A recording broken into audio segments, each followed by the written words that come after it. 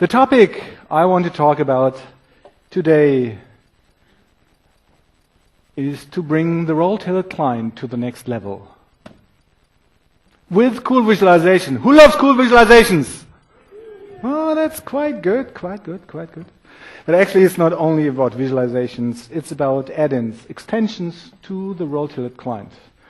And possibly also other NAV clients that we will have in the future. My name is Christian Albin, I'm a program manager in the Dynamics NAV Client team. And the add-ins and visualizations are one of the things I'm very passionate about. So, one question to you. Who has created a really nice visual component hosted in the RoleTailored Client, connected to business data, and in an end-to-end scenario with business solutions? Who has done that? 1, 2, oh, that's good. That's good. I'd love to see that. Who has used the visualization, experimented with such an add-in, and used it in NAV? Who has tried that? Some more. Who has done that in the last 2 weeks? Who has created a page and put an add-in on that? Woo! That's good. Okay.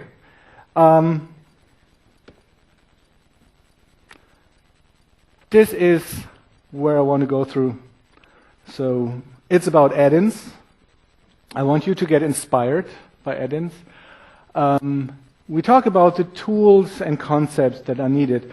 Some of those things, one or the other might have seen the general concept of the way I present the add-in technology. But I have put new add-ins in it, and I'm especially in the situation when I'm going to create some add-ins here on stage with you, for you, and you'll see how easy it is. And there's no reason why you shouldn't have created an add-in in one of the last 2 weeks. So we go through the concepts, then let's create another add-in. And then I would like to go through the add-in API and see what tools and what interfaces and what classes are there. But then I would like to talk about what is the best practice, how to use this. And we just create more add-ins, and then you hopefully get the drill how to do this.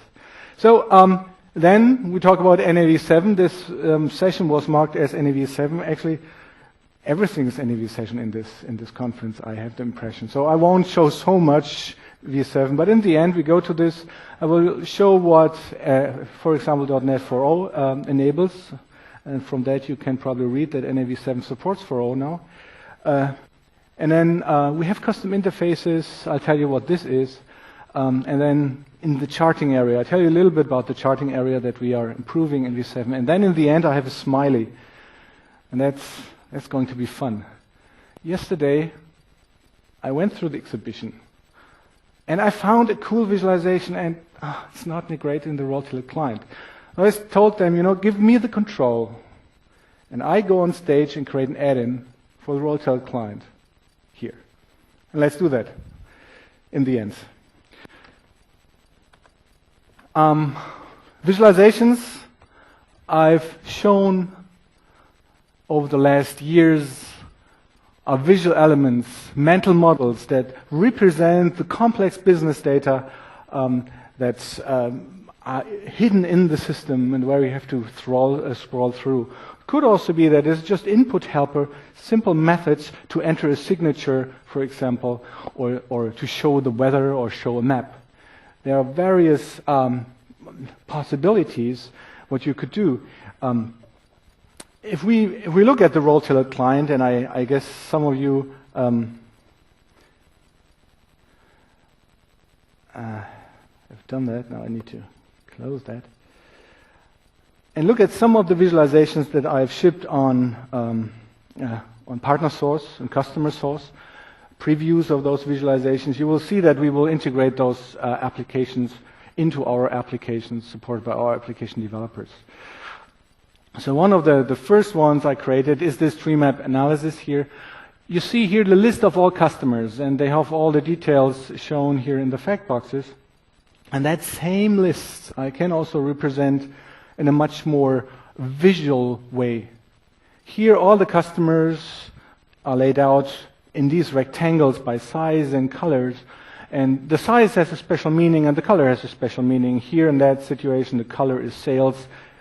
Customers with large sales are blue, and the ones who have a big profit are also big. So that means Canon Group is really good. They are blue and they are big, right? And I can go in here and can even filter out visually elements here. But what's really interesting here is this visualization just consumes the list of customers, but not the whole list of customers like a list that scrolls, where you need a lot of information, a lot of columns, but only perhaps for a few one you filtered on. That one actually wants all customers, but for those all customers, it only needs a very few pieces of information. It needs only the title and the two measures. So it's a totally different approach for data gathering that we actually would need here. But otherwise, it's fully integrated into the business logic. What I can also do is I can switch here between different measures and compare and see those customers in the context of those relations. Customers who have small sales and outstanding orders, these are sales opportunities, right? So this is a visualization I've shipped, and I was hoping really that you would go out to the customers and show them this is what we have and this is what we integrate in our offering. And who has done that? Great. So you went to a customer with the tree map and showed it. You know what? That's a t-shirt. Great. Let's see how we get further from here. Actually, I have here our big red MEMA company with a lot of outstanding orders. So as an end user, I want to see what are those outstanding orders? Why can't we ship them? And of course, I go into bicycles or whatever. I like to use that and look at the inventory. And now what we see here is actually a visual representation of the inventory over time. We see certain production orders and perhaps purchase orders going in. And here in the end, we see actually that this falls below zero. And down here is actually the sales orders that go out to our customer we were just looking at, and we can't fulfill the orders. So this is an indication about we have something wrong in our processes, perhaps. Now, what the user does here, he can't do much. He will just inform, planner, we have a problem with a bicycle for that customer. Can you please take a look? And now our planner will have a different look at that. And that is also an interesting approach that I wanted to point out. He will go to the projected inventory, and here he has a full analysis solution around this same visualization. You can see very well, okay, this is what I was informed about, but you know what? What is this compared if I also look at our forecast, right? And then it looks much worse if the forecast really comes true. And he has the possibility to even go in here and see what the planning system did and see all the action message that the planning system run. So this is a much more in-depth view that a different role can have on a visualization. So an add-in that you use can very well be used in different complexity from the UI for different roles. It's not just the small control where somebody enters a signature. It can be a very deeply integrated element here. So, and in here, the user can, of course, go in and actually change and try out what happens if I change that transaction and see what the consequences are for the future for that inventory here. So these are two visualizations that are available to you, and they were meant for inspiration. I was hoping that much more in that level of visual user interface will come out. Now,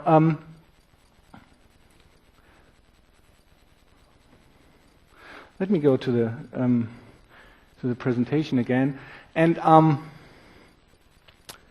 in order to approach this, the creation of add-ins and what you can do with this, I looked at our application, and actually in the RoleTailored Client, it's quite nice. We have this on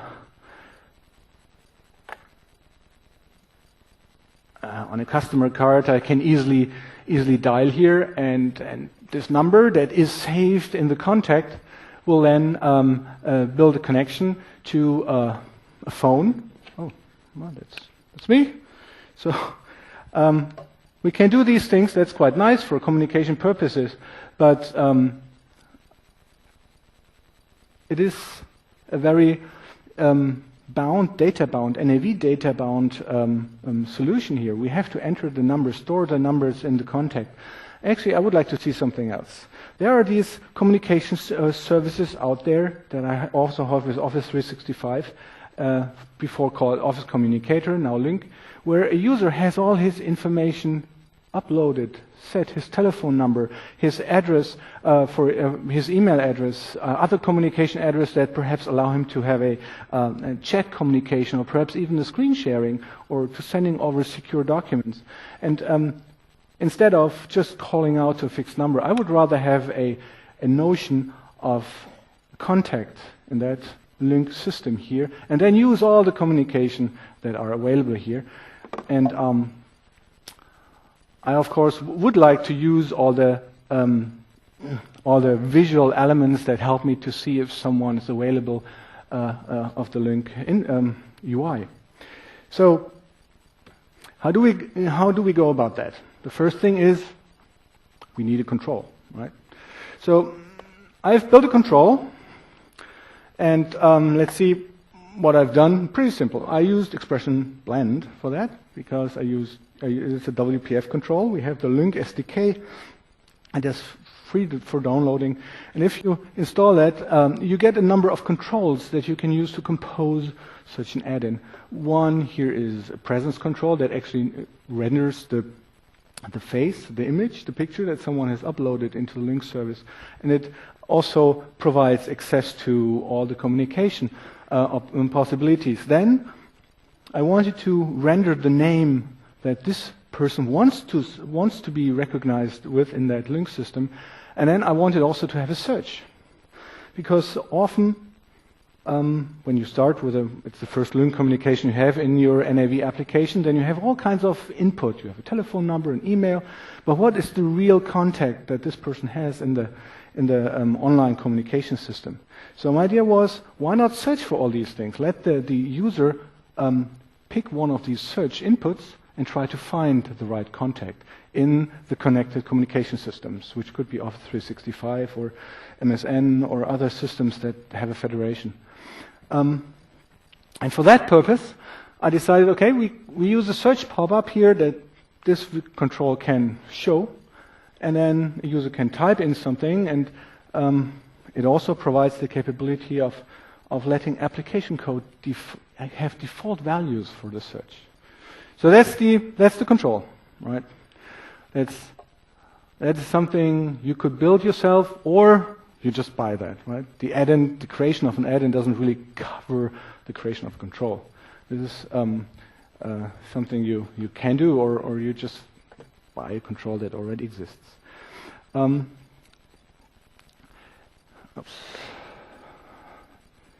I went to the wrong slide. But now when it comes to the add-in, how to get this control into NAV, we have to talk a little bit more about the extension models that we have in NAV. You see, we have different types of interop here, .NET interop on the service layer and .NET interop on the client layer. We also have these client-side and server-side COM, but I really would like to have these crosses here. For the future purposes, in NAV 7 we won't have server-side COM supported anymore, so don't use it. Also the server in NAV 7 is 64-bit, so all your 32-bit COM components won't be loaded. Client-side COM I also would discourage you to use. .NET Interop, it's much easier to use in R2. I know we have a number of limits like events which are not supported, but for add-ins that is not so much of an issue for us. And we will see why we need these interop constructs also for add-in development. And when we go about how to use an add-in, then we need to do a few things. We need to copy the end to the RoleTailored client. Okay, sure. The RoleTailored client, when it runs, needs to show the control. So it needs to be there. And we'll see that not just only the RoleTailored client add-ins directory might be a target for the add-ins that we create, but we come to this later when we also need to look at the development environment and the service. Then we need to register it, and we need to design our page. Pretty simple. So for the copy part, I've simply created an installer. And as something I would like to give you as a hint, there are many installer creation tools. I like to use the Windows Installer XML toolkit, which is very easy to use, even if that large piece of XML looks pretty scary in order to create one. But there are also a number of tools out there which make it very easy to actually create such a distribution distribution model for our add-in. So I've basically created me a simple template that I use over and over again, where I specify the files that should be placed here, and I can even work on the on the UI here and define me a nice UI for the installation. And that whole thing is a very, very easy way to produce MSIs. So we have the installation. So let's run the installation. Let's run the installer, and we know now that this one will place the add-in and the necessary controls in the add-ins directory. And that client distribution piece is something that end users need to install on their machines in order to get this. So that installer can do very complex things. It could just copy a library, but other add-ins, they require a full installation of a more complex engine like Office or something behind that. So we have now simply created, distributed our add-in, and what's next? The add-in needs to be registered in the RoleTailored Client. And I've created some time ago a registration tool that allows you from Classic to point and click to an add-in library and register that. But actually I didn't like that anymore. So that was, you couldn't troubleshoot very much with that. So I created a different tool. And that's something I brought you to this conference. I will make this available on my blog. So this is what I have here. This is a RoleTailored Client integrated management tool for add-ins. What you see here, it shows all the add-ins that have already been registered. Well, that's great, a number, good. But you can now check for add-ins. And what it does now, it analyzes what add-ins are really on the system.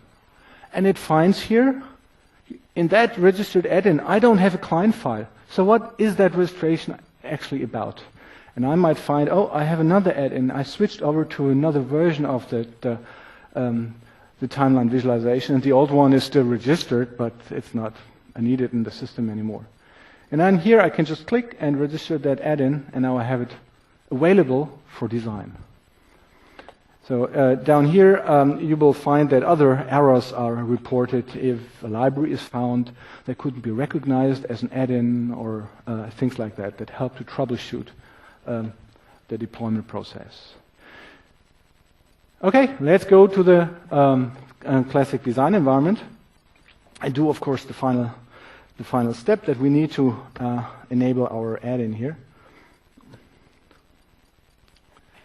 On the customer card, I want to use it, and we have this wonderful communication group here, and I've created a field here that I want to bind to a calculated value, which is about the search, the candidate for a search. So we will see later how this data communication works, but basically in R2 I have one string, for example, or one piece of data that I can send over, and everything needs to be basically included in that. This string should now contain the valid zip address if I found one, and if not, it should, or in addition to that, it also could contain search candidates that a user might want to use to search for a contact that come from the contact card.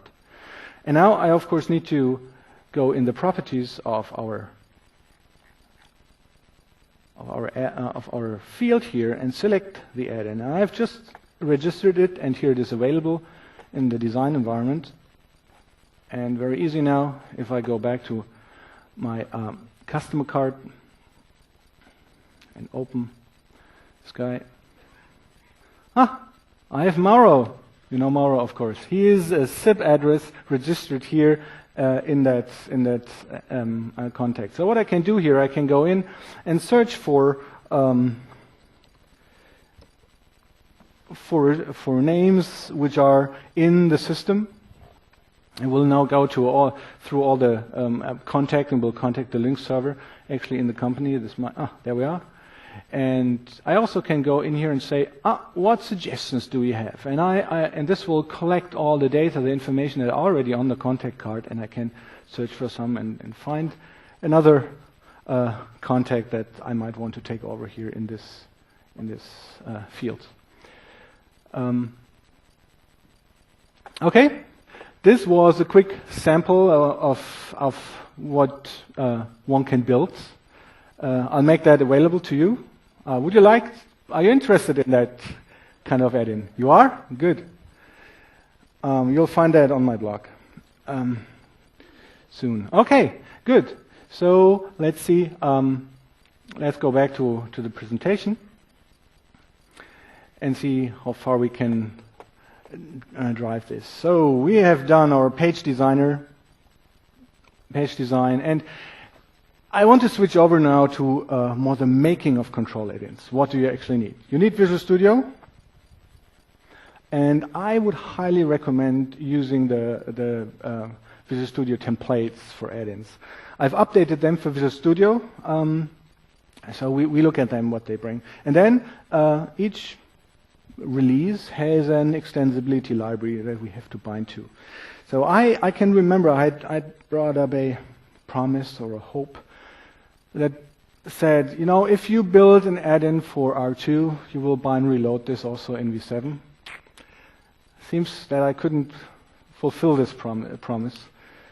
But don't worry, it's a very small step you would do. If you have an add-in for R2 and you want to use it for V7, what you would do is you would just recompile it against this new extensibility library that comes with V7. And then the interface of your add-in, of your R2 add-in, will just be supported in V7. And then, of course, you need a control. Basically, what you need to create an add-in class and create the control and fire up some events. So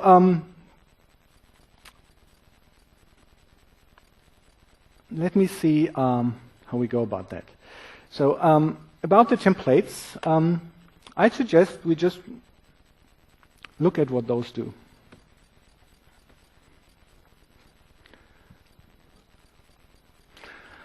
Or perhaps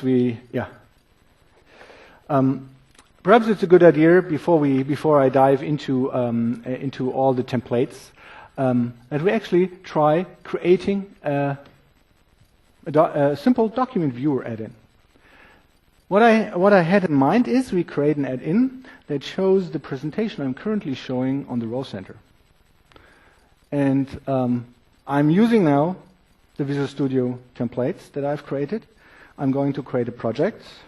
That project has to have certain requirements, like it must be signed, and it must then link to the extensibility library, and we have to create a class that works as a factory. An add-in is nothing else than a factory. It creates, instantiates the control, makes it available to the RoleTailored client, and also sets up this communication between the RoleTailored client and the add-in. So that's very simple. We go here in and we create a new project. And I have here two projects to choose from, the WPF add-in project and the WinForms project. The WPF project has already references, and that's the only difference. A reference in that make it easier to include WPF controls, like the link control, for example, and also the document viewer. is that.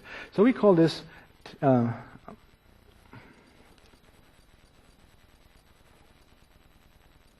TechDays add-ins. Actually, one library, one project can have multiple add-ins in it. So you don't need to have one item, one project for each add-in. So let's see what we have here. We have here our TechDays add-ins add-ins project, and if we look at the properties, let's give this also the assembly name in the same way. So by default, it uses .NET 3.5, which we perfectly support in R2. And we have a signing already agreed here to have that. And you could also use some build events if you wanted to bring your add-in into the RoleTailored Client environment. I don't have this here set up. So let's add an add-in. We add a new item. Then again, we go to our Dynamics NAV section, and we find a number of add-ins. I'm going through those, what those are. So the requirements that we have here is we want a document viewer that pulls the document from a certain address. This could be this could be a SharePoint address. It could be a file on the somewhere on the network. So all we want to give to the add-in is a string about the address. And then this viewer should show this document. So it's perfectly fine to have a read-only add-in, an add-in that won't return any value or change any value. So we add our document viewer here, and this little dialog that pops up helps me to put in some parameters that we need for the add-in. And now we have an add-in class here. So what we still need to do is we need to fix up a reference here. We need to add the reference to our library. I put this here into that place. And then also we need a reference to the document viewer, and that basically is the Reach framework in which brings in an XPS document viewer. That means this viewer can show any XPS document that we might have. Now, what we have here, what we have here up here is a create control method, which is implemented here and just returns a panel in this sample or in the template. So we replace this by actually a creation of the control that we need. We have the element host here, which we need to provide because we want to host a WPF control in the RoleTailored client, and for that purpose we need this element host. And I can simply go in here and generate the fields because I don't have it. Also the visualization control, I don't have that, so just generate the field. So we have all the things up here that we need, and we have a fine working add-in that at least creates a control and probably will show it. But down here in this area, this is the value, the interface that describes how the value is connected. We actually have a method that sets it. Interestingly enough, this we have chosen a read-only add-in. This has value change returns no fault, and that decides basically that we don't want to communicate this information back. So basically we use the setter here, and what the setter does, it basically creates an XPS document from the value, which is the file, and reads it. And before I check, does the file really exist? And if not, then set the document to null. And again, we have here this not declared field. You can just generate this field. And this is a nice tool in Visual Studio here that I use that actually analyzes what type of value is it that you actually use here in the code, and it creates me a field for that right away. So we have created our add-in. Now all we need to do is compile this, and now we go to we open the folder where this is, bin, and it's in the debug directories, and we have this nice TechDays add-in, this project. And now we go to the RTC add-ins folder, right? And we paste it in here. We go back, as before, to the to our departments, general, client, entity registration. We recheck. We have the document viewer. We take it. We accept it. We go to the classic client, find a page that is that I've prepared for that, which is this document viewer. Design that page. Go to the field. It's connected. It's a source expression here to a document URL, and we need to be sure that we have the right one. Select the one that we have just registered. Compile. Now we have an add-in that should show something, and we want to utilize it. Let's go to the role center and customize the role center. Customize this page, and there we have the document viewer, and we move it up. Save it, and let's see what it shows. Yes, it shows the presentation we just had. So that was quick, was it?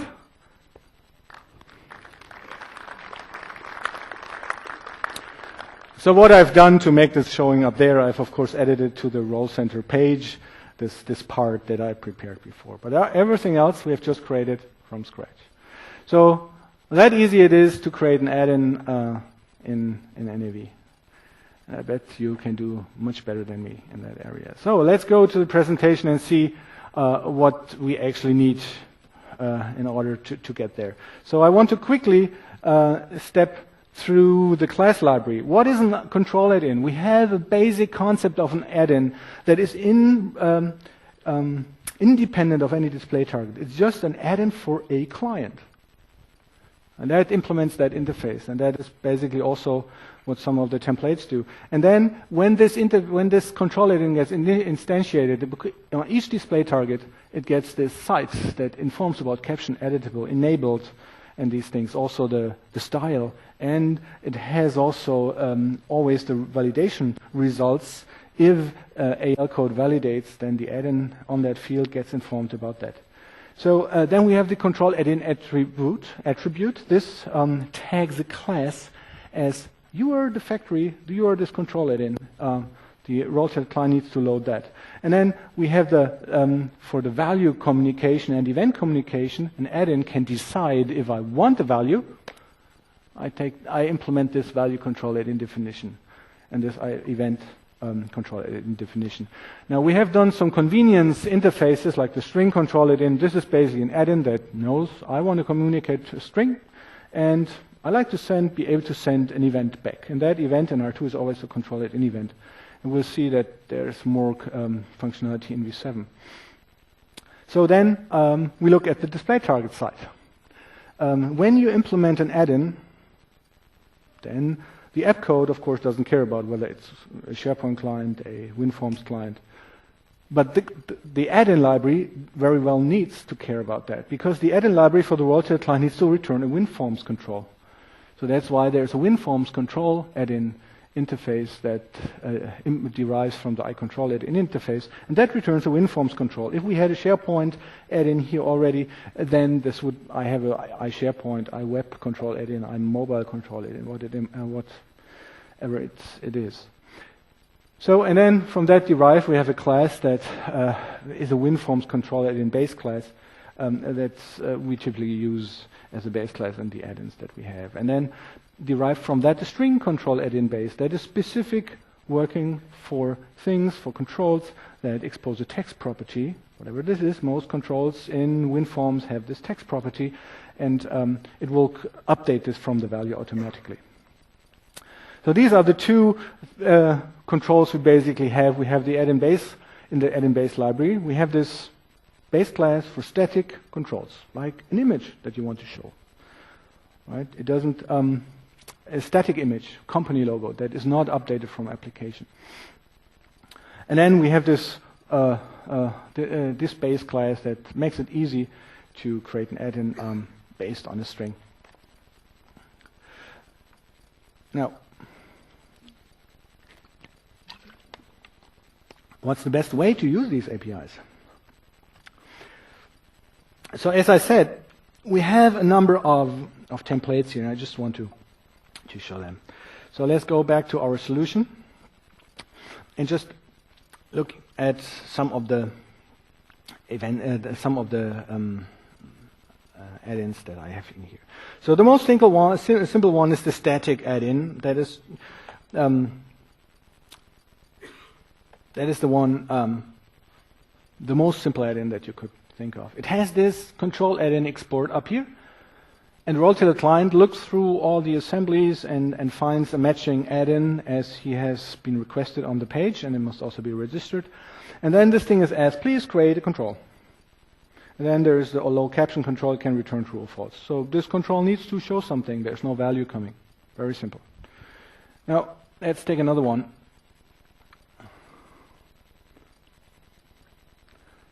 Take another item. For example, a context binding add-in. What is that? So context, I said before, when this add-in gets created, and then it's informed about the context. And this context is here in this, as part of this, the base framework basically. And part of this context are things like the style.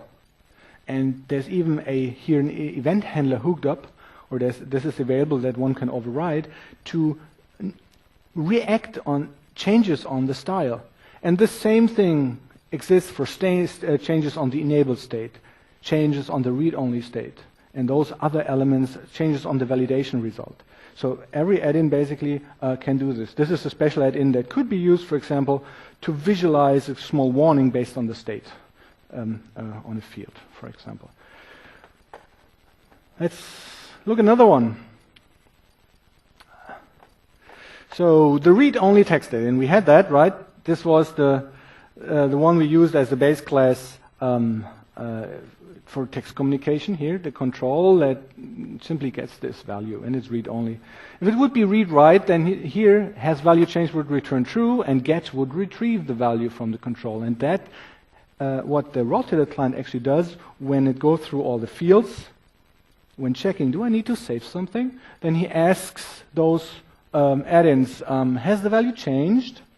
Oh, yes, it has. Then it asks for the value. Here, I put in this read-only, I put in here actually an exception that I throw, because has value changed always returns false. If the RoleTailored Client still asks for values, something is wrong. Right? So I can safely throw an invalid operation exception here. And then I quickly want to go into to another visualization, which is the more advanced one, which is which I like to use for business visualizations. This actually has some code already here disabled that one can uncomment, which uses the element host to host a WPF control. And we will see this later on. It also uses something like a hash value, and that is important because the RoleTailored Client very well can send the same data multiple times to an add-in.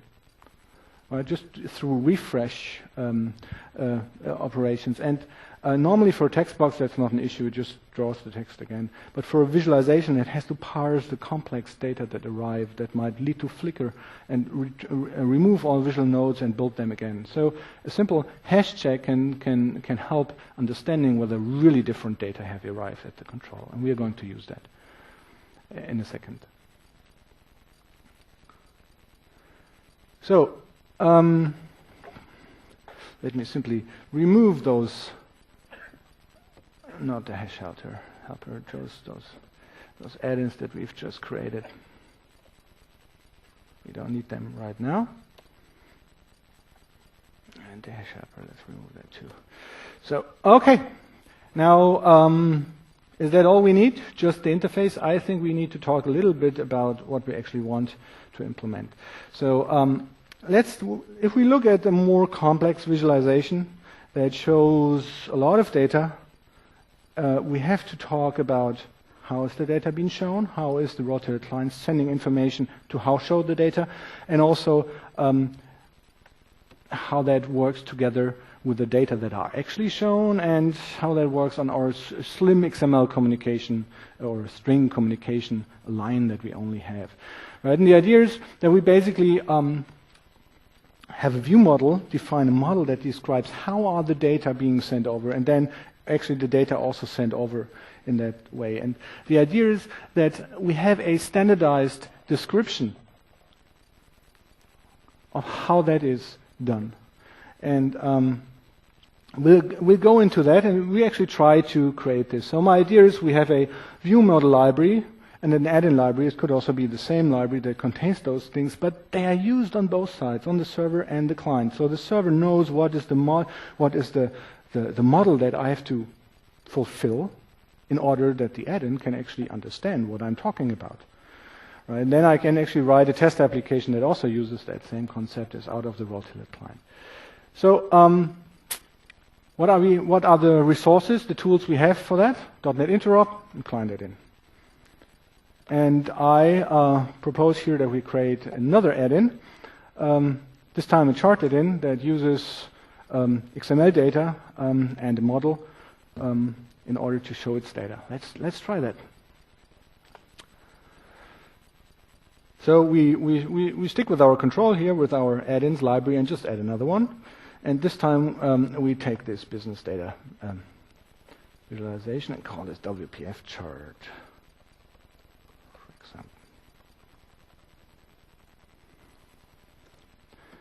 Let's call this the same.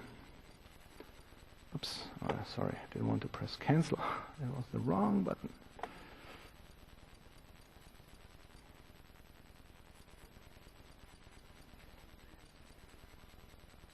So that creates our hash helper here, which is already hooked up, as we have seen. Now, again, we need to create our control. Down here, we see that we implement simply that message, and I quickly go through what it does. So, oops, that was the wrong one. I wanted to create a chart control. It's basically very similar. Again, we have the element host that we need to host our control. And here's the chart. And we add the references to our chart library. And those references, those chart libraries here, basically I use the WPF toolkit, and this is a free toolkit that you can download and get. And now we simply create the references here with the help of this tool. And again, we generate our fields up there in the declaration section. The element host also, we want to write that up there. So there we are. We have our situation, our control generation. What it does, it creates an element host. Then it says the doc style to fill. This chart should try to, this element host, this control should try to fill the amount. And it also has a minimum size here given. Then we create a chart control, and we want to show a bubble chart. So this has a bubble series. This could be decided based on meta information that is coming in here and done dynamically, of course. And that's the first part. So then the next thing is we need to talk about the data that are supposed to arrive here. I'll create them here. Okay. That looks nicer. So the next thing we do is talking about the data. So now we need to define the data model, basically, that this chart control should do. So what we do here, we add a new item, and as a data model element, I simply use here a data table or a data set, and we call this chart data. So the meta information is a very simple data set, table-based. This could, of course, be any XSD schema with hierarchical data, like the tree map needs that. So now I add a column, which is one information. So this is like X value, another column, this is the Y value, and that one. We can even go in here and specify the details here. For example, the Y value, we want to have decimals. What's shown on the Y-axis? Oops. Like that. And also we want to do this, for the size value. And also we use a decimal here. So that is now part of our project, this schema. And basically we want to utilize this, and for that we simply have a method that should fill the data in. And we simply use this chart data function that when exactly what we just created, that table arrives here, we fill the chart series from those points that are in there. So here is the connection between the client control and the data model, right? So, and then of course we have to go in the value definition here. When this value arrives here, the setter, the string arrives, then we actually want to be sure that we read the XML and can load the table, our data from the information that we receive, which are supposedly following our data model. So that's all we need. So let's go back. Let's compile this, build it.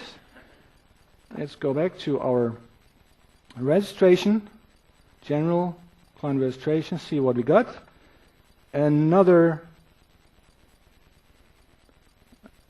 where's our chart? I compiled it, but what did I forget? Thanks.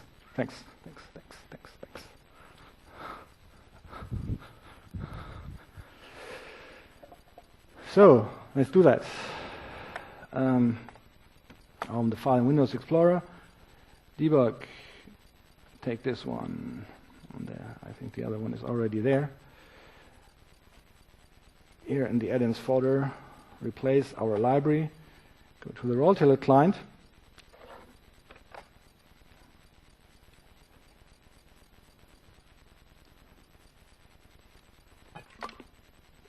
Departments, administration, and try to find this add-in.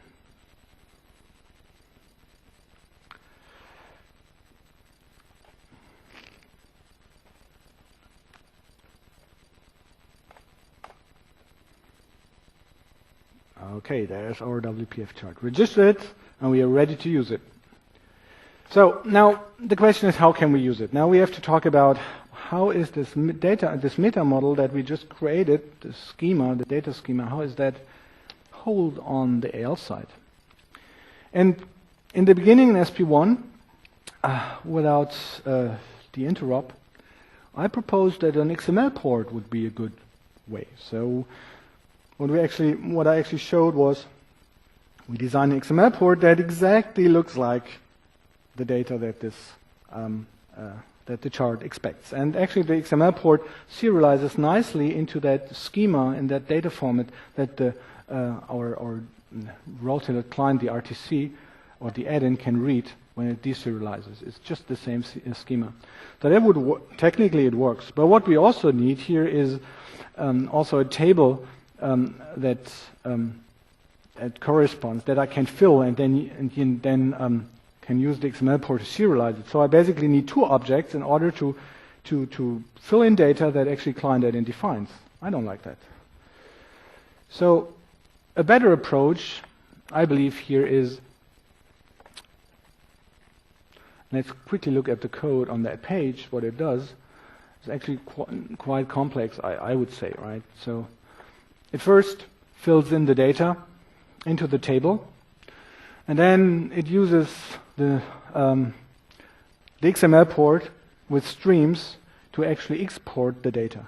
Right? That's a lot of code that we have to write here in order to get just a few data that we gather from the customer table to the add-in. It works. Sure, it works. We can see how it works, how that worked. But instead, I would like to show a different approach here. This one uses .NET Interop, and in order for that to work, so what this code does, it runs on the server, of course, right? So the idea is here that also the server has access to the data model. So it can create that data table that the chart expects. And then it fills just that same table, and then it serializes it over and deserializes it on the client. So the code is much smaller, but we have one requirement, of course, here. We need to put our add-in also now into the service add-ins folder, right? And also into the dev environment's add-ins folder. Because otherwise, our dev environment wouldn't be able to do the following. So, who's been in the .NET Interop session before? Oh, so you know this, what I'm going to do now. I know. So you look at the local variables, and here's the chart data table, and this is basically the object I'm searching. What I can look up here in that, I can look up .NET objects or what is in the add-ins table here. And now I take the TechAds add-ins and look at the chart data table. This is the object I want to fill here. And here I basically do the same, but with the chart data row. Right. So, and then I have some serializing helpers here from the .NET framework. And now it's pretty simple. It gathers the data from the customer table,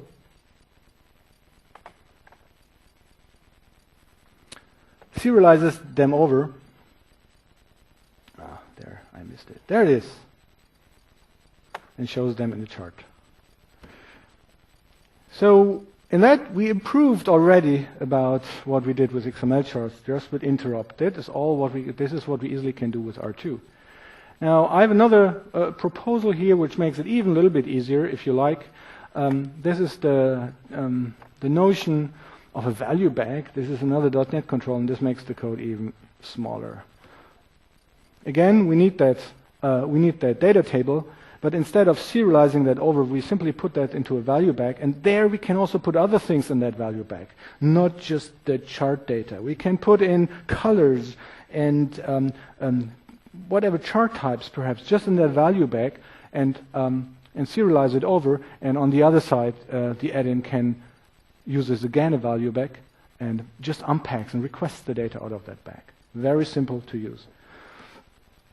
Okay, so that was my walkthrough for that. And now we have little time to talk about V7 stuff. Who's interested in that? Oh, yeah. V7 is great, yes. We heard so much about V7. But those things are not applicable for a while for you. So I thought it's a good idea if you get also tools that help you to make business right now. And this was what we had before. So, what are we going to get with V7 in add-ins? Custom interfaces. What is a custom interface? It comes from .NET Interop. In .NET Interop, I have an object that exposes its interface freely to AL code. In add-ins, we don't have that yet, and that is exactly what we have. So we can expose certain methods, properties, and events explicitly by tagging them as application visible with an attribute. We can look at that in a second, and then they're available in AL code. So, for example, this is the interface of the timeline visualization, which is visible to AL code. If I go now to let me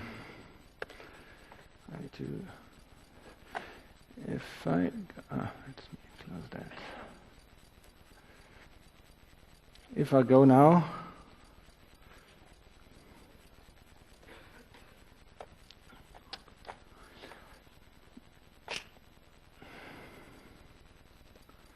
if I look at the page that we use here to fire up the timeline visualization, then we see in the code that there are some funny constructs here. Yeah, the initialization was actually quite good. Where is it? Just here. It's written here, current page dot visualization. So let's try to see what this does. Actually, we go here to current page. We look at the controls. We find our visualization here, and we see what this offers. This offers function methods, and these are all the methods that this add-in exposes directly in code. Right? It exposes also properties here that I can use directly. And no, it doesn't expose any constructors. What's the reason for that? It doesn't need to. The add-in is created by the RoleTailored Client when the page is initialized. Right? So we will never create an add-in in AL code, but we will use its properties and its methods. That is what custom interfaces are about. Okay. Would that be helpful for you to better communicate with add-ins? There's a risk to do that, right? If you add every little method that you could use to build data to your add-in, then what happens? Basically, you start a lot of communication over the wire. I want to add that node and that plan and that piece and that pixel there, and that's not a good idea, right? We want still to compose documents in a schema that both sides know and send it over at once. But still, there are issues that I had with the timeline visualization before where I had to invent an XML command interface, delete that and move that. Right? That can now very easily be done with that. So what else? What else do we have? Until now, the RoleTailored Client was limited to .NET 3.5. The add-ins, right, and .NET Interop. And why that, actually? The only reason is that the process, the RoleTailored Client process, runs on .NET 3.5.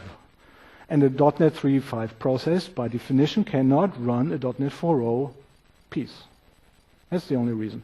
So now we have the client, the RoleTailored Client executable, and other things too. But that's the minimum we would have to do.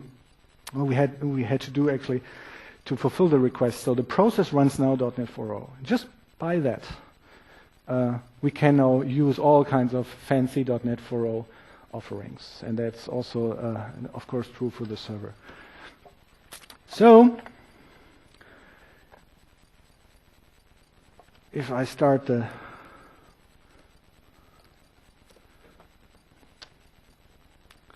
server here and see what we got here, then there's one nice control that I like at least very much that has a lot of potential.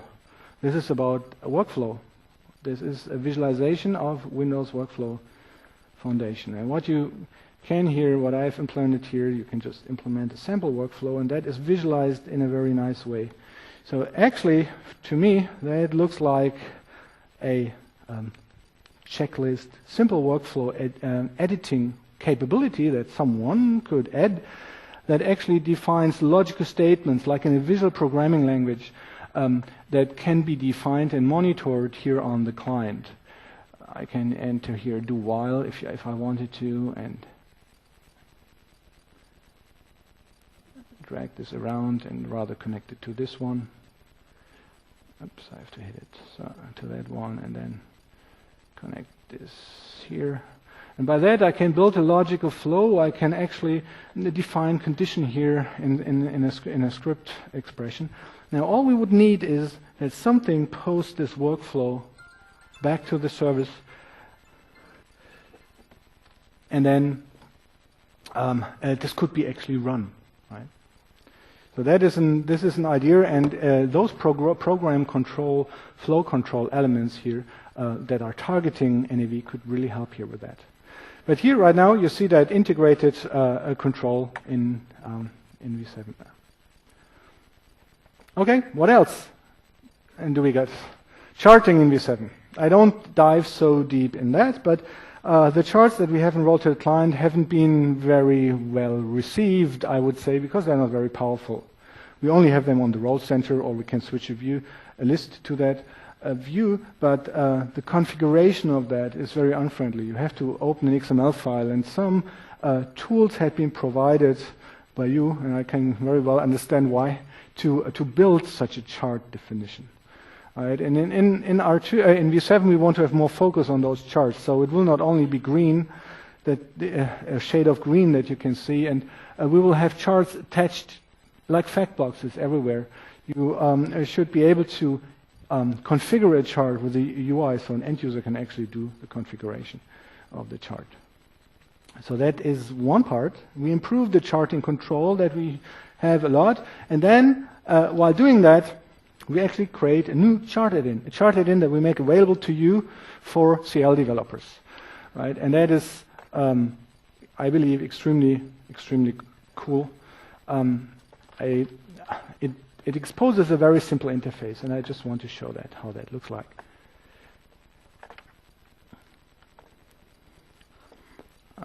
Yes, now I need to find my business chart. This is the wrong design environment. This is called development environment now, not classic. This helps me to understand the difference. So the business chart demo. Let's design that. Let's show what this thing does. Here's a business chart. This is again an add-in. That add-in comes now with NAV. It's installed already. Right? And actually we are using that also in the client here. That this chart here, for example, this is an AL-driven chart. It seems to have some resizing problems there. It looks better. So this chart is fed by application code that aggregates data from various tables. And basically, if I just step into that area, there are two applications for that, or two answers to that same problem. So we have these data or application code heavy areas like analysis by dimension, and which are actually simple cubes, old-time cubes before cubes existed in the SQL server, where application code was aggregating lots of data and putting that together and then displaying this in matrix forms or in a chart perhaps, right? So it's very hard for a generic chart that is not fed directly by application code to load this. So what we plan to do, what we do with the charting area is we connect the charts to the query. You have read about or heard about the query probably. The query that allows joins to be built within the NAV query design environment. And this is a valid data source like a table which can be used for a chart. So we have analyzed that a lot of those data aggregation scenarios that are built in AL code can actually be very easily formulated by a query, especially when it comes to joins and filters related to that. There is nearly no place where application code feeds additional fixed information in that. In most cases, it's just an aggregation. So for those types of query-driven chart, the generic charting is fantastic. That just works on that. So an end user has the capability of defining how the chart looks like, what measures to show, what the dimensions are. But there are still other areas where it's not feasible, where still AL code needs to be in full control about what to show, and even provide special options, a value to calculate, or a period length that should be shown, or choose between different aggregation codes that are used. And that is where this application-driven chart comes into play. Now I wanted to just give a quick look how this can be implemented in this scenario here.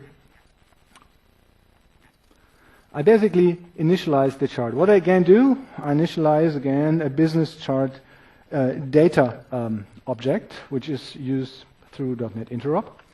And then how it works is, this is a table. And the table has columns and rows, right? And each column represents something. A column is, for example, added for the x-axis, the x dimension. One, if it's a 3D chart, one for the z dimension. Call it dimension, the axis. And then there's a measure, which is like, where is the point and what is the y-axis that we measure along. And you can have multiple measures. Each measure basically represents its own chart. There could be a line going around describing something. There could be a bar describing something else. And we add additional columns for those measures. And then we simply tell the chart, you know what, when we give you this table, you should know that this column with the name that ever I've chosen, here, this is the x dimension. So I add the table for the column for the dimension to that table. I set the dimension on the chart, so the chart knows where to get the data from. And I do the same, and then for the measures. So I tell the chart, oh, I want to add a measure. So use that column, the data in that column, and you should know how to look at how it should be looked at. And this is here a column. And when we look back at the presentation, you can see all the different chart types that we support: point chart, bubble chart, lines, step lines, columns, stack columns, and so forth. Many of those can be combined, where it makes sense to combine them, but a line chart and a bubble chart, for example, a line chart and a pie chart cannot very well be combined, obviously. Right? They have a totally different layout of axes. But otherwise, there is a lot of possibility for you. Now, in this code, I define 3 measures. And here, what I do here, I actually can define the data type. And that's what we heard before. How can we give a data type to in .NET interop over there? So another way to do that is simply call the .NET system type. This is just the type class, and call getType, and then pass in the name of that type. And that also returns the valid type that we want. So there are other simple ways in .NET to get the right information. So, and then we just add some data points, and these are just random points for values on the X dimension. So, let's see how that runs, how that looks if we run it.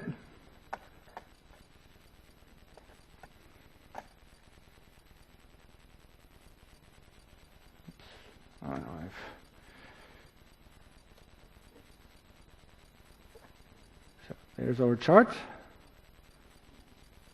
And we see here I have this X dimension set, and I have these 3 measures which are represented by these 3 series that I have here. So then you don't even need, in V7, you don't even need to embed your own chart add-in. It's already there for you. You like that? Going to add more charts? I hope so. Okay. So now,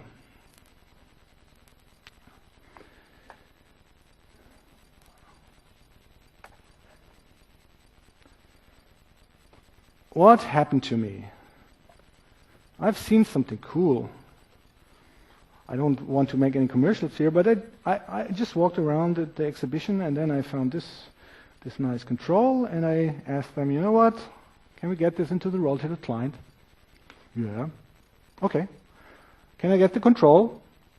Then I go on stage and try that. Is that okay with you? And they said yes. Okay. Of course they said yes. And now I'm up for a challenge, so I have a little time. So let's see if I can do that. This Gantt chart, let's see if you can get this in. So let's close here some things we don't need for now.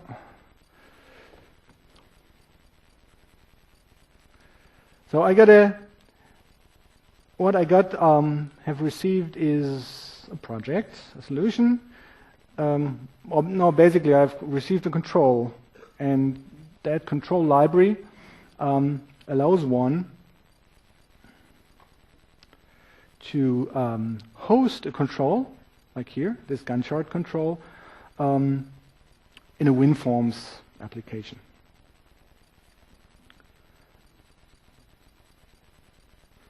So I've tried that, of course, before. So this Gantt control, this is what we are talking about, and that is a user control. And what happened here is that just the Gantt chart native control from that chart library had been placed in this user control, so it can be used very easily, and some interfaces can be exposed from the user control with that. So we have that control. We know it has some interfaces exposed.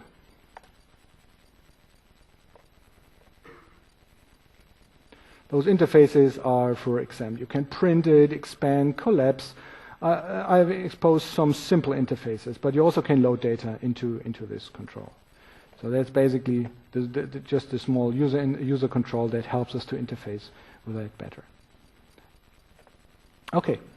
Now we have that control, and we want to host that in the RoleTailored Client and feed it with data. What I also have received from electronics from this company is a small code unit that generates data, aggregates some data, and provides them in the right format that the control would understand it. I'm not the hardcore application developer that can even create that in a short time. So I needed that code unit, of course. But now let's create the add-in for it.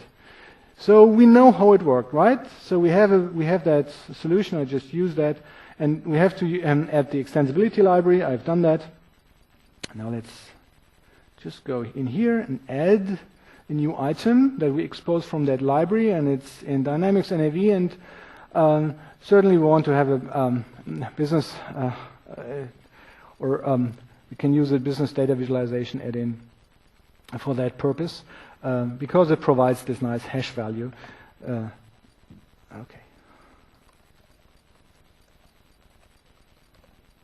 Let's call this Gantt chart, this add-in.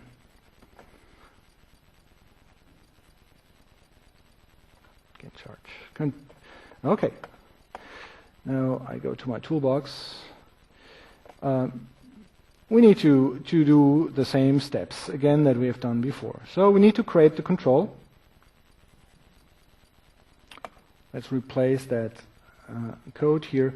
And all it does, it creates a Gantt control. This is just the control, this user control. Right? And we again generate here the field up there. Now, that's it. The next thing we would need to do is say, we would like to be informed. The first thing we could do is actually care about the data that need to be set to the control. Let's delete those that have been, again, created in here.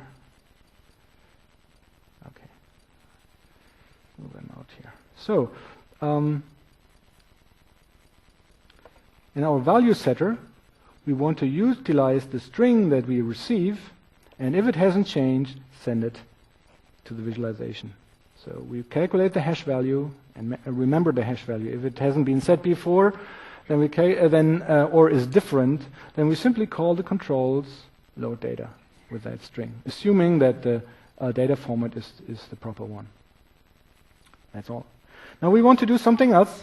It could be that the user in the visualization does some manipulations. He can actually drag a booking in the visualization around, and that change needs to be processed by AppCode.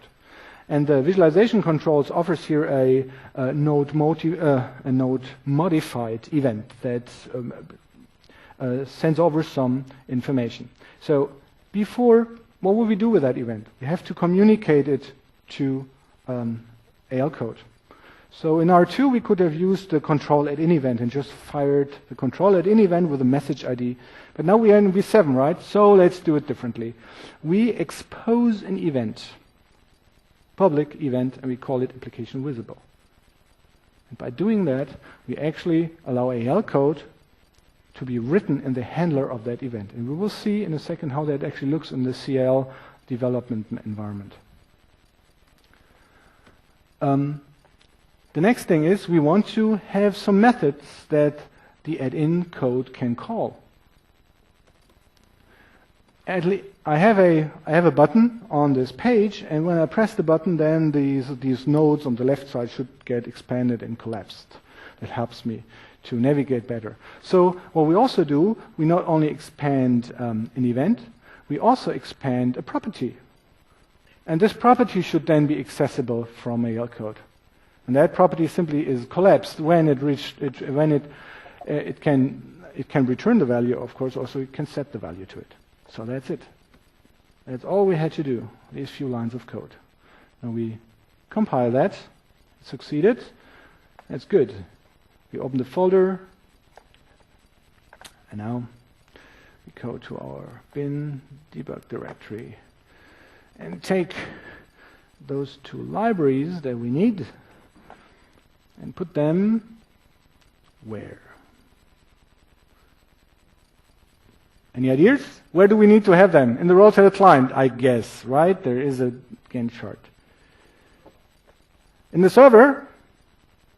Why that? Why that?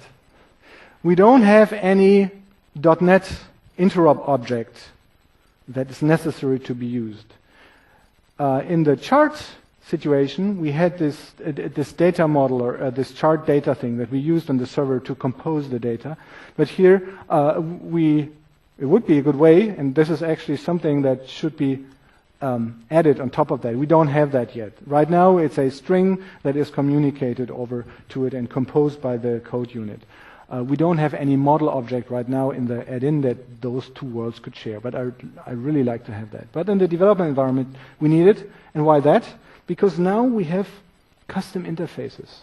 And so that the custom interfaces can be respected or seen by the development environment, it needs to know about it, right? So that's the reason. So, okay. Leave me alone. So, departments. Administrations, what did we do here? We need to register our add-in, right? So client administrations, oh, there's a lot. There's a lot. Let's search. Oh, it's already registered. Let's be sure that we have the right one. Gantt chart. There it is. The number of error messages or notification messages. So we have our Gantt chart registered here. That's good. Let's see what we have here. This is the Gantt chart page where we have this Gantt chart. It's connected to some data, and we, of course, what we have to do.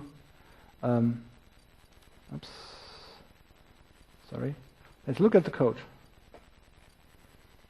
Here is our code, and here's something very interesting down here. There's a new trigger that had been generated by importing this Gantt chart, utilizing that in here in that code. So when I expose an event from an add-in, the field that has the add-in gets a new trigger for that event. Right? Now, one thing happens if I take this away, this event, I just copy that. If I go to my design environment and I say, you know what? I get rid of this add-in. I don't need an add-in here. Then we'll tell you, oops, there are event triggers associated with the control add-in Gantt. If you remove that, it's gone. Do you really want to modify the control add-in? Yes, and down there, the trigger has gone, because I don't have a control add-in anymore, right? So I go back to my control add-in, select my Gantt chart, go away, oops, there it is again. Wonderful, and I've remembered to save that. So now we have our control add-in again here. So what this thing does on open page, this code unit is asked to retrieve some data, put the data in there, and then the data is bound through the value property. Okay, so are we ready to try it out? There's something else that is interesting, perhaps. There's a preview function here in the V7. And if I press this preview function and everything goes right, then actually the add-in should load here if nothing is going wrong here. No, it doesn't work. Sorry, so we have to run it. I don't know, this might be it. I don't know why this happens. I was hoping it would just work. There it is, our Gantt chart, hosted within NAV7. I can collapse, expand, my custom interfaces work, I can drag this thing around, and when I come back, it will have saved it. So that was cool, wasn't it? You like that? Good. So we have created a new add-in. I didn't know about this at all before yesterday. So now we have one, and I really like it. So let's see what we do with this. With this, I'm at the end of my presentation and would open for questions.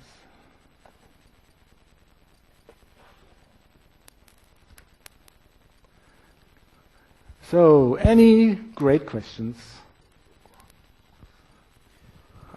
It's not the question as more of a comment, I guess, a suggestion. Okay. So no t-shirt, I guess. I'm an Vision programmer. I'm not a .NET programmer, but I mean, I used to program in C and C++. So I mean, I can reasonably read and even modify code from a programming language perspective. Right. The problem is, and I've been able to deploy your tree map and any kind of stuff like that. the feeling I get, and even from this demo, it's kind of the same thing, is that you're handing us fish. You're not teaching us how to fish. You know, I have the feeling that a lot of the stuff that you do there is just, for you makes sense because you understand, and I understand how it works when you do programming, you know, when you understand the classes and the structures. I mean, I remember from school and I understand all that stuff, but as soon as I try to step out to use a different visualization than whatever you sort of drip feeding us, you know, from the stuff that you do have, you know, look out in the partners. How many more other development, you know, add-ins that have been out there that basically do something cool except what you've been publishing? So, I mean, I guess the question is, how do you make us more efficient this way so we can do something without waiting for some example from you or a template? Absolutely. So, how do I teach you to program .NET? Okay, I think .NET is a huge, huge wide field, right? And for each of the scenarios, you might need different areas. And now there's one important thing, right? You have to draw the line between I create the add-in that just makes this Gantt chart show. And that's not hard, right? With these templates, I mean, it's always the same steps, right? Implement the create control method, return this control, then set the value to the control, call some interfaces. When it comes to how do I create that cool visualization, we're talking different, right? There are, this is sometimes many years on in No, but that's not what I'm asking. That's exactly the part. You know, the part that you just mentioned, all those words, you just mentioned all those steps, that's the problem. You know, I mean, basically for me, everything you changed there, I mean, you know, I didn't really understand how you did it. And, you know, tweaking, using the DLL. I mean, I just tried to use a different visualization package for charts and stuff like that. I couldn't figure out how to do it. And the other problem is, you know, if you put together a NAV programmer, and I found a .NET programmer that doesn't know anything about NAV. It's like me talking to a Chinese person. I don't understand what he says. He doesn't understand what I said. Yes. So from my perspective, I try to make it as easy as possible with these few steps that you need to utilize that, right? That is what I believe is very easy already, right? To do it.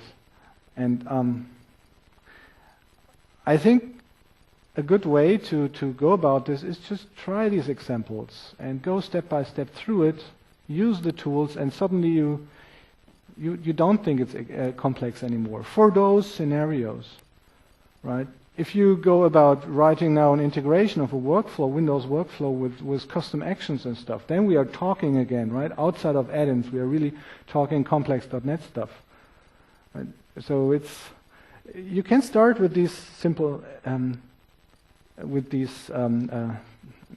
templates and just use standard controls and try how far you can get. And while that you learn and get more, right? I don't think that it is necessary to understand very much of .NET in order to do that. Right? I don't think it is much. Right? It's learning. Right? Yes.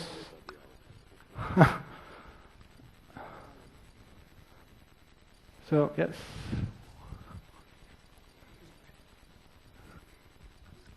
There was one thing about the chart visualization that I need more explanations about.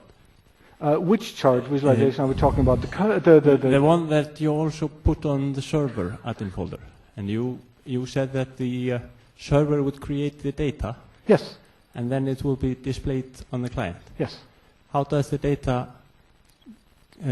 how is the data transferred from the server add-in to the client add-in? Yes. So this was when I created this chart add-in in code. Yes. Okay. This was the client, the RoleTailored Client add-in has the chart control, one part. Let's forget about that for a moment.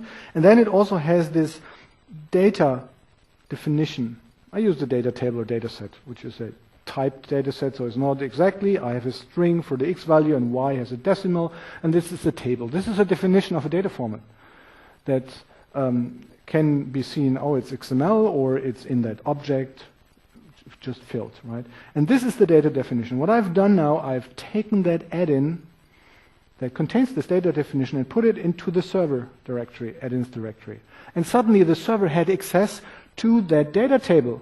and could actually tell the data table, you know what, I fill you. I take an instance with .NET Interop and fill it. Now this thing resides on the server, right? It needs to go over. So for that purpose, there is you can tell a data table to serialize itself into XML. Wonderful. Goes over the wire through this, in R2, through the source expression.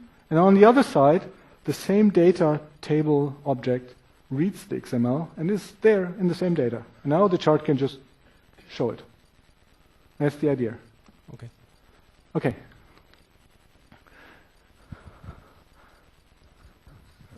If I saw it right, we are now able in NAV 7 to accept local external events. For example, something like telephone calls from the TAPI driver and so on. Did I understand that right? And second question, what about events for the .NET variables? Yes. So I can't talk about that, say that exactly that scenario would be supported. But basically, it's a yes. We have events on different levels. We have events for add-ins. Those events are basically triggered from the UI thread. In the end, the user does something and then it sends it back. And that nicely works in the way we have seen that. We also have events for .NET objects that are running on the server or running on the client. And then they also create these methods that we have seen in a similar way. Right? Now there's one thing, when it comes to events that appear not in the thread, they appear out of thread, there's something coming in, then we need to be sure that we have some synchronization in place. That's the first thing. And the platform does something on that. And then there's another thing about re-entrance.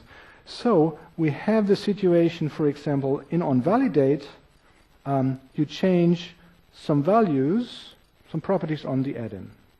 And then the add-in says, hey, great, I tell you back that I have been changed, so these values come back in a custom event. Now the client knows, oops, I am just evaluating what this value is about. Now you tell me to do something else. You know what? I reset the change that you just did. So we have some problems with those re-entrance things and states that the client has and assumptions that in onValidate nothing else should change the data set that is right there. So basically yes, but we have some situations where it's problematic. We have to work around. But it's a very good question, and we probably have to document those scenarios better and give sample scenarios for exactly these things. Thank you.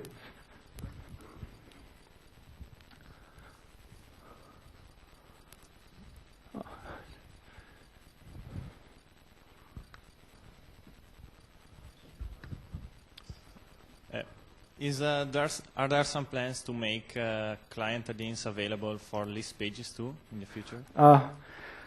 Yes, we get this question again and again, and it's scoped out again and again. So I'm really sorry. What can you do to increase the demand, right? Just scream louder. So we could have two levels, right? An add-in just that visualizes something.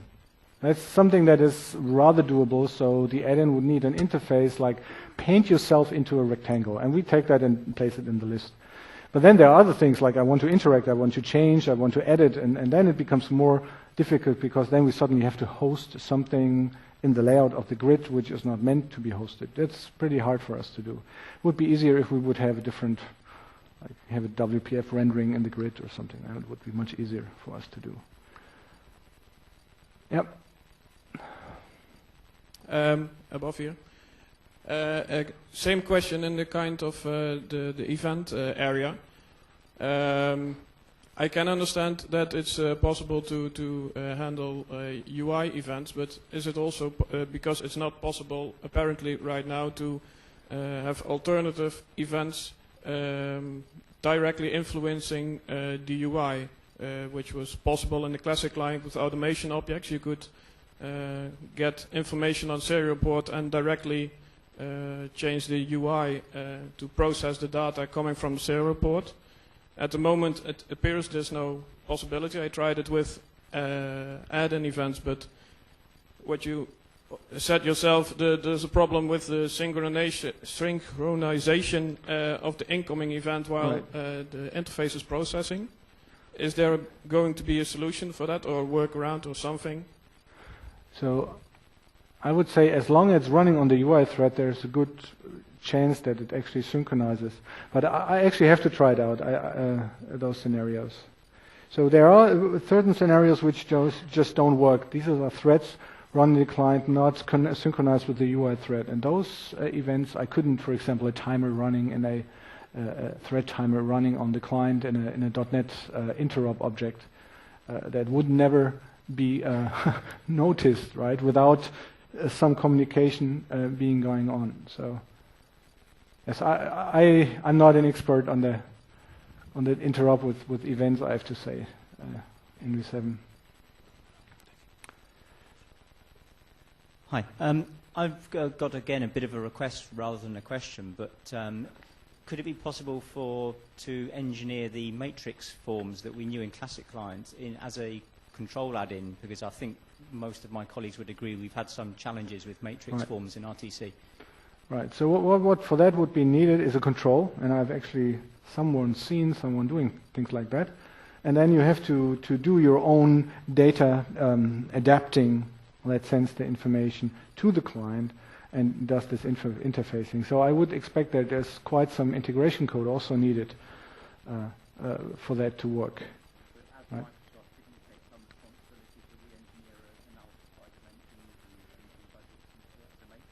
Yes, yes, we have heard this request before, and yes, I take this back as another. It was about the matrix forms and like in the analysis by dimension pages that we have there, why we couldn't, instead of perhaps writing some workarounds with the existing layout options, we have write a real matrix control, which is more like an Excel sheet or like laid out in cells and instead of our repeater or grid that we try to misuse for that perhaps. Right. Yes. Yeah, I was wondering about the installation process. So in future we will have to not only install the client and server, but register these controls, maybe several add-ins that we've developed.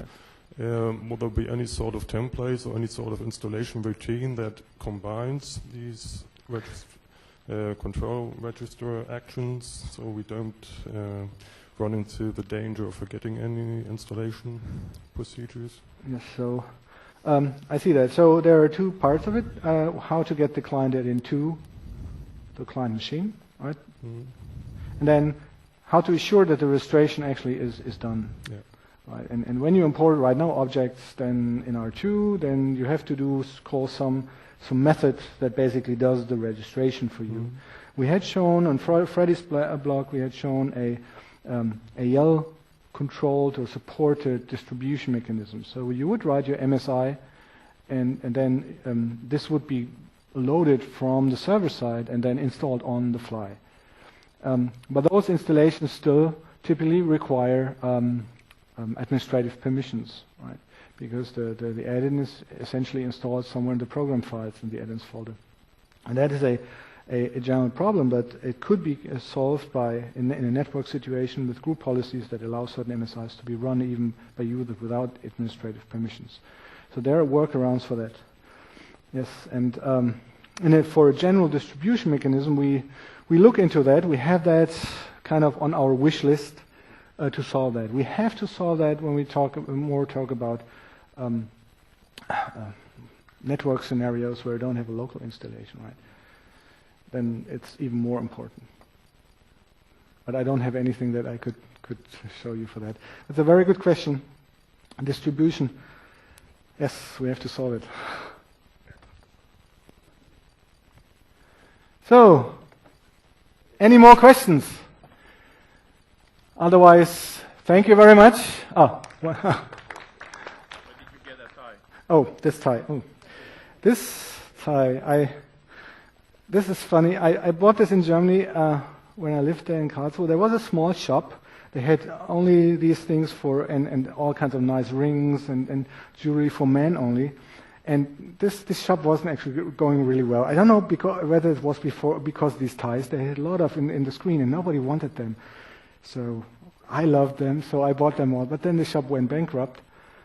And I can't find more of those. I would love to have more of those.